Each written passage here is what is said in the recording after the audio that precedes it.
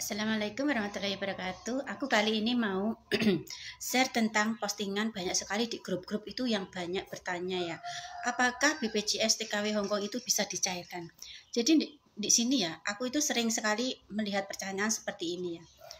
Logikanya saja ya, kalau kalian itu kerja di Hongkong membuka BPJS, itu pasti BPJS-nya itu pasti hanya sebagai persyaratan ya. Terus kalian yang bertanya BPJS itu apakah bisa dicairkan? Apakah menurut kalian BPJS itu adalah sebuah undian berhadiah kayak gitu ya?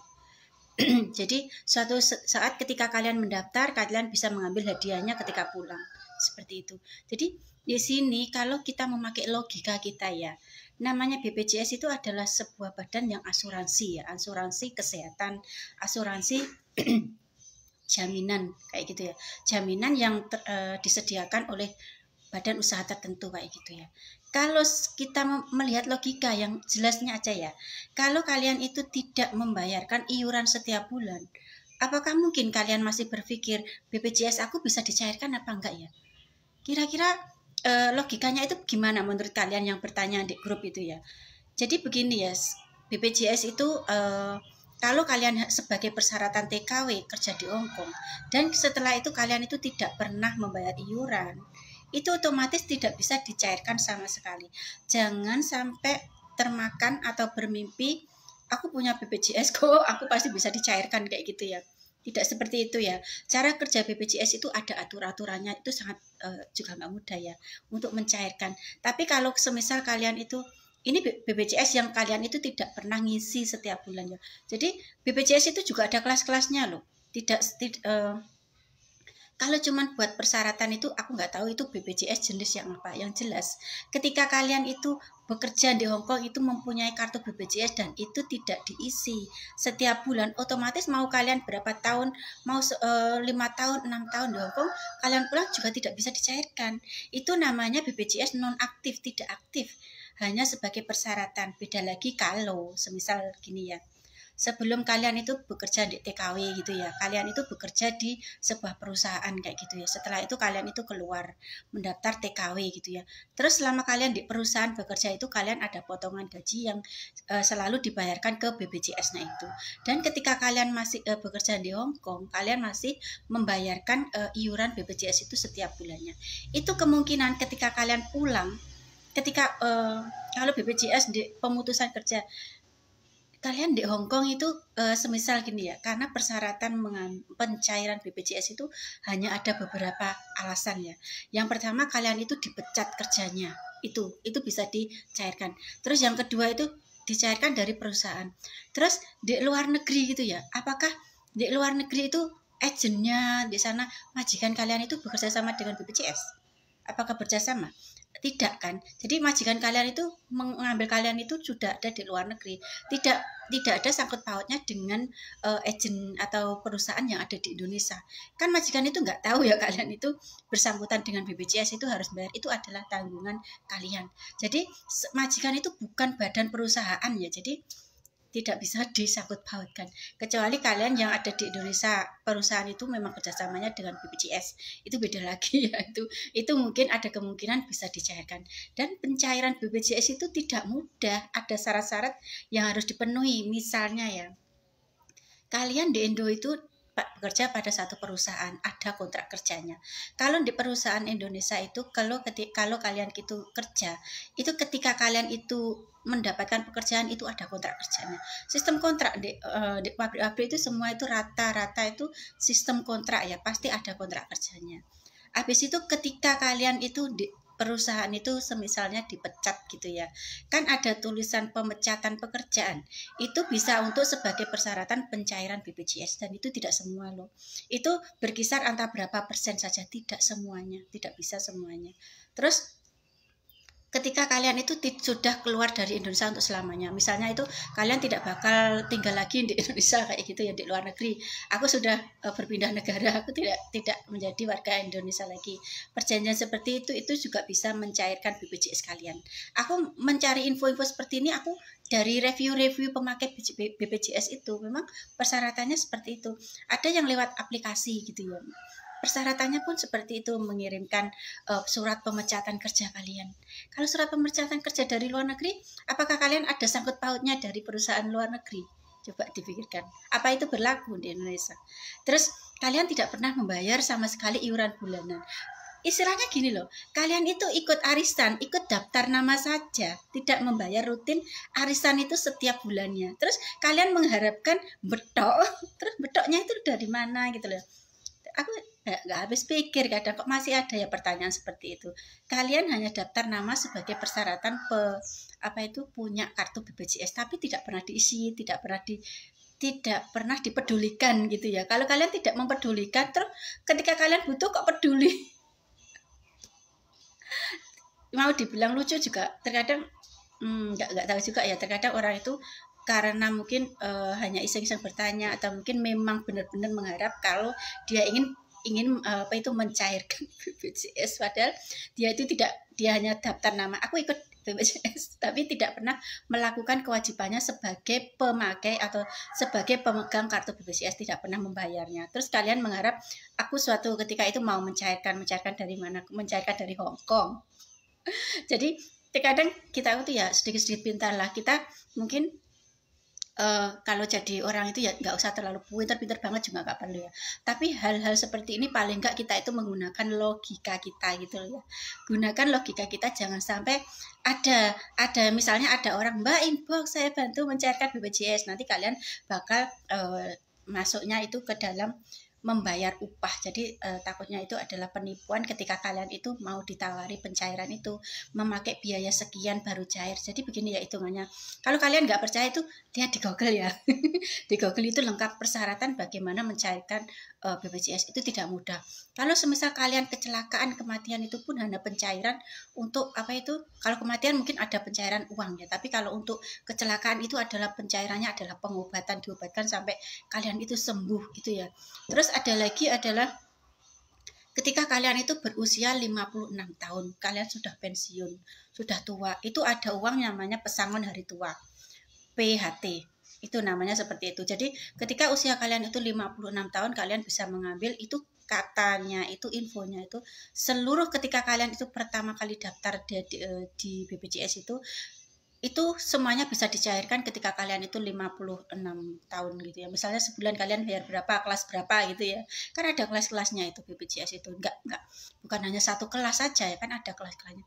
Ada yang dinaikkan kelasnya untuk pembayaran ya sama kayak asuransi yang di luar negeri itu, cuman di sini itu kalau sistemnya aku kurang begitu ya, maksudnya apakah benar-benar diterapkan atau enggak, karena aku dengar info itu juga kalau kamu tidak maksudnya ketika kamu pencairan itu banyak sekali ada yang bilang itu butuh dibantu, jadi tidak bisa mandiri gitu ya. Kalau di luar negeri kita punya persyaratan lengkap, semua itu data sudah ada, kita bisa mengurus sendiri tanpa yang namanya calo-calo. Tapi kalau di sini ya terkadang memang butuh seperti itu, tapi jangan sampai kalian itu tidak memang benar kalian pergi ke Hongkong itu punya BPJS tapi tidak membayar iuran, terus kalian berharap betok arisan gitu ya, maksudnya betok BPJS mana mungkin bisa ya, nggak akan bisa gitu ya.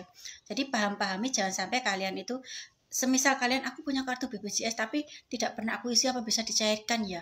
Terus ada yang bilang oh bisa, itu bisa dicairkan, kamu datang aja ke aku gitu ya, aku kasih tahu caranya, atau bisa aku antar ke kantornya kayak gitu. Itu jelas-jelas enggak.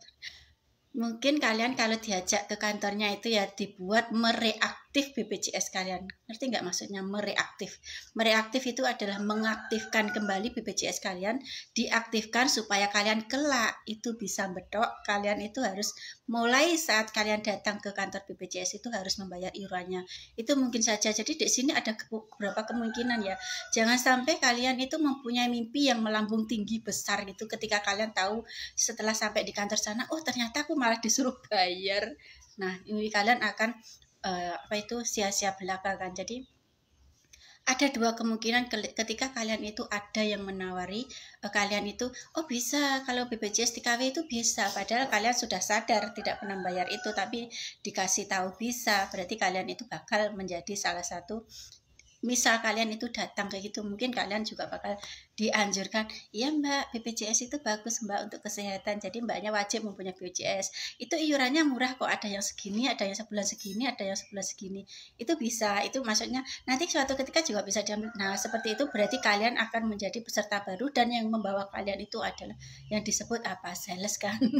Salesnya BPJS seperti itu ya. Jadi mereka mungkin ada penghasilan dari situ, meskipun hanya membawa kalian dan kalian akhirnya daftar, itu mungkin juga ada penghasilan di situ. Jadi kita memakai logika yang jelas-jelas aja ya. Terus di sini aku mau share tentang asuransi yang anak TKI apa itu TKW Taiwan atau TKL Taiwan gitu ya. Zaman dulu itu kita kalau daftar menjadi TKW Taiwan itu ada di situ ada deretan potongan-potongan gaji, dan itu di bahasa Taiwan kan itu, kalau di Indonesianya itu ada tulisan yang namanya potongan asuransi setiap bulan. Itu bayaran di agent di Taiwan sana. Terus pembayaran asuransi itu setiap bulan itu bakal dikumpulkan oleh PT-nya. Itu ada, itu zaman dahulu itu ada. Itu kalau anak Taiwan itu memang resmi, potongannya seperti itu. Makanya zaman dulu itu anak Taiwan bekerja di Taiwan 1 tahun itu belum menerima gaji yang banyak. Di Taiwan itu sistemnya itu 3 tahun ya, jadi 3 tahun, satu kontraknya itu 3 tahun, dan tahun pertama itu mereka potongan, dan potongan itu ketika bulan pertama masuk ke Taiwan itu potongannya banyak sekali, bulan kedua mulai menurun, bulan ketiga mulai menurun,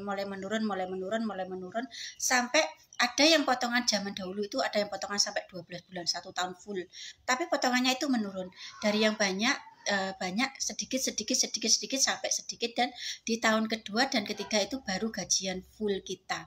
Dan kalaupun ada potongan itu hanya membayar biaya yang asuransi itu aja. Jadi kenapa dulu itu asuransinya di Taiwan itu kenapa bisa cair, karena memang itu tabungan resmi, namanya itu tabungan asuransi resmi. Ketika pulang itu, ketika sudah menghabiskan 3 tahun kontraknya itu sudah habis, dia pulang, dia bisa ngambil uangnya di mana?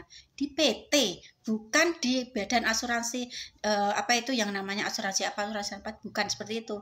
Tapi ngambilnya itu di PT yang ngurus. Kalau Hongkong mana ada seperti itu, nggak ada. Zaman dahulu juga ada, kita itu wajib membuat rekening bank wajib kan.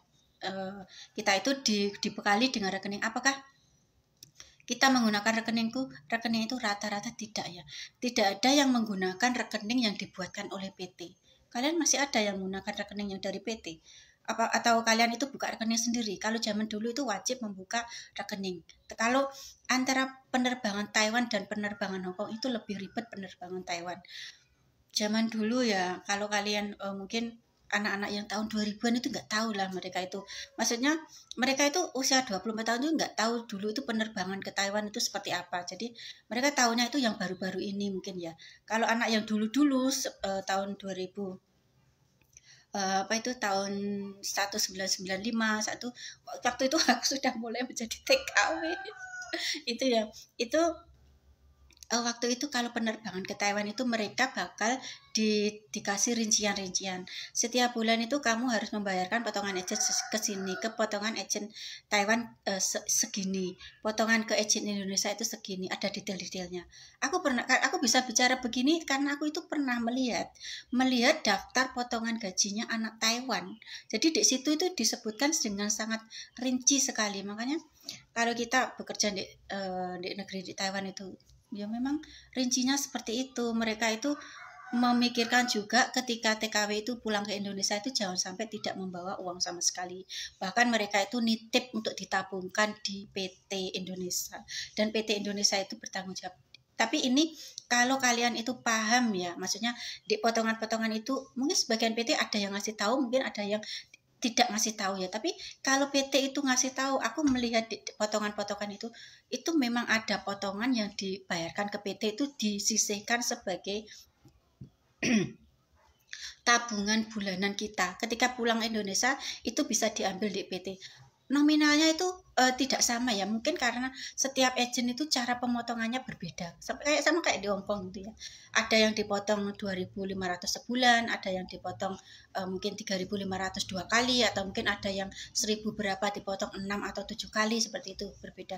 Tapi ada yang namanya tabungan TKW yang ada di PT-nya, dan itu bisa diambil ketika dia itu sudah pulang di Indonesia, itu bisa diambil ya. Apakah aku pernah melihat anak yang mengambil tabungan di PT itu? Pernah. Aku pernah. Dulu ada yang bilang nilainya itu nggak sama ya. Ada yang kadang itu ada yang 8 juta, ada yang mungkin 13 juta, seperti itu ya. Jadi itu adalah tabungan mereka sendiri ketika bekerja di Taiwan kayak gitu ya. Jadi sistemnya itu dia itu menabung tapi dalam dibentukkan asuransi, atau mungkin uang itu dikelola oleh siapa gitu ya, badan apa kayak gitu. Terus ketika mereka itu sudah pulang, mereka mendapat hak mereka, tabungan mereka, dan keuntungan dari badan usaha itu adalah dapat mengelola uang dari TKW, seperti itu. Jadi jangan sampai salah paham ya. Kemarin ada yang bilang, mbaknya ini nggak paham. Oh, saya kalau apa-apa itu ya, kalau masalah seperti itu saya ingin benar-benar tahu banget kayak gitu ya. Karena sekarang itu ya banyak sekali orang itu terkadang mencari pekerjaan itu dengan apa? Menipu, banyak sekali ya.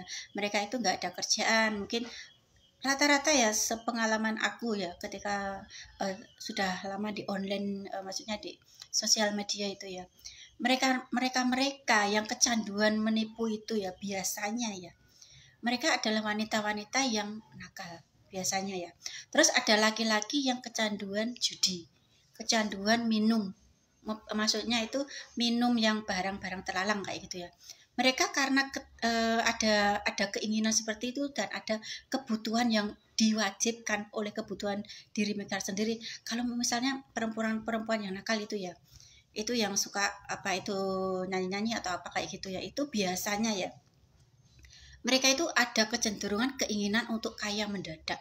Jadi mereka menggunakan kecantikan dia, keluasan dia, keselihan dia itu dalam menarik simpati orang lain, bahkan itu ke sesama wanita. Dia pun bisa menebar pesona. Misalnya dia itu memakai baju yang bagus banget, dan dia itu ingin meraih kepercayaan dari orang yang menjadi targetnya, seperti itu. Kalau laki-laki biasanya juga seperti itu, dia akan bermulut manis. Kalian pernah nggak mendapatkan telepon-telepon dari Anda mendapatkan hadiah sekian sekian kayak gitu ya? Setelah kita itu tahu mereka itu penipu, mereka akan mengupat, maksudnya akan mengucapkan umpatan yang tidak masuk akal kepada si calon korban itu, karena sudah tahu kalau mereka itu bakal menipu. Jadi di sosial media itu kalian hati-hati saja kalau misalnya kalian tidak tahu pasti, kalian terjerumus masuk ke dalam lingkaran. Oh, mereka itu tidak bergerak sendiri ya, mereka ada teman-temannya, ada yang membriefing mereka, ada cara-caranya, dan itu benar-benar di briefing supaya mereka itu benar-benar lihai dalam meyakinkan untuk memperoleh targetnya. Jadi kalian itu, banyak orang pintar itu kalau orang pintar dalam kebaikan itu disebut memang pintar, tapi kalau dalam pintar melakukan kejahatan itu disebut apa?